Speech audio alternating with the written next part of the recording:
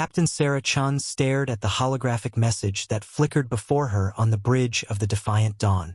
The alien script translated itself into cold, clinical English across her neural interface.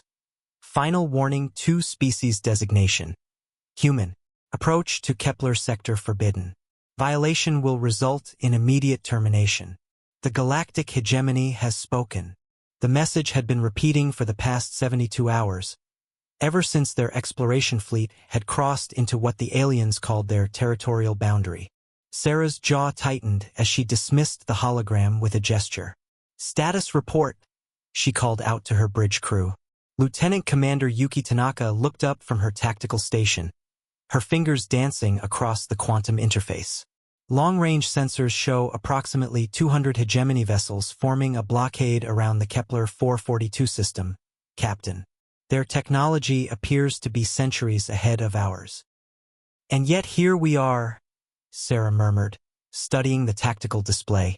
The human fleet consisted of only 37 ships, exploration vessels hastily retrofitted with defensive systems when the hegemony's threats had begun 6 months ago.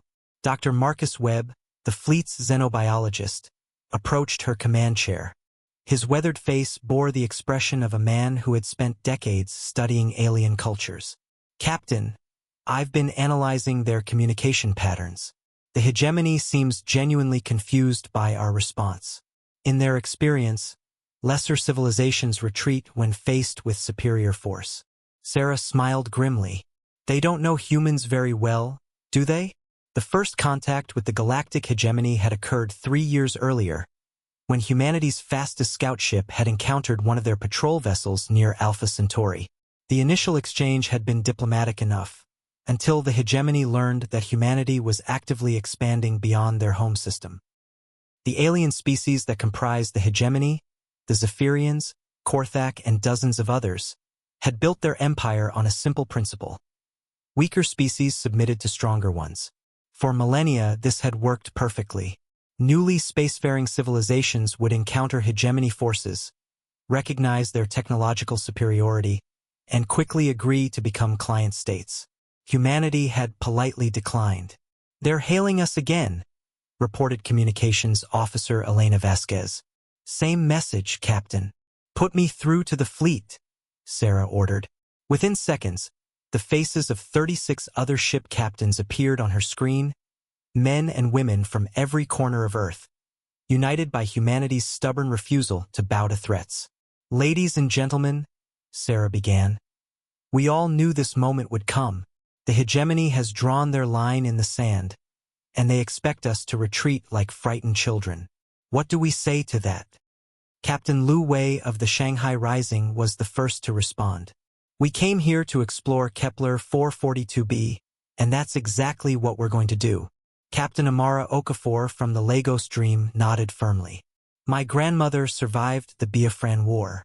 She taught me that sometimes you have to stand up to bullies, no matter how big they are." One by one, every captain voiced their agreement.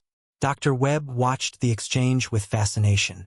"Captain," he whispered to Sarah, "this is unprecedented in hegemony history.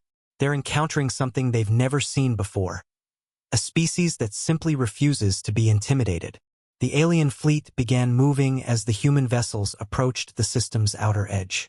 Massive dreadnoughts, each one capable of obliterating a city, positioned themselves in attack formation. Energy signatures spiked across Sarah's sensors as weapon systems came online. "Captain," Tanaka reported, her voice tight with tension, "they're charging their primary weapons.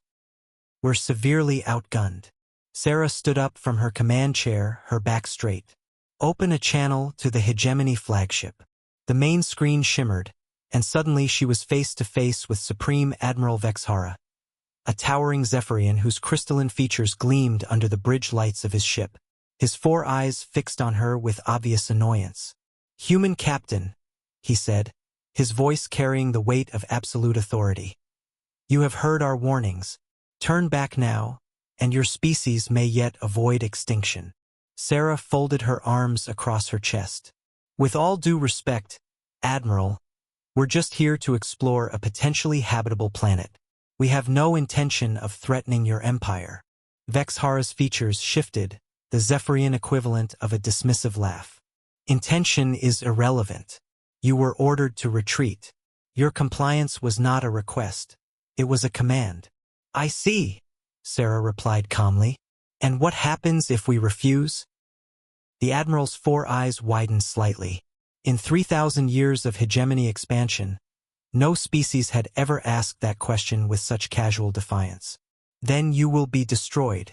Your homeworld will be quarantined. Your species will serve as an example to others who might consider disobedience.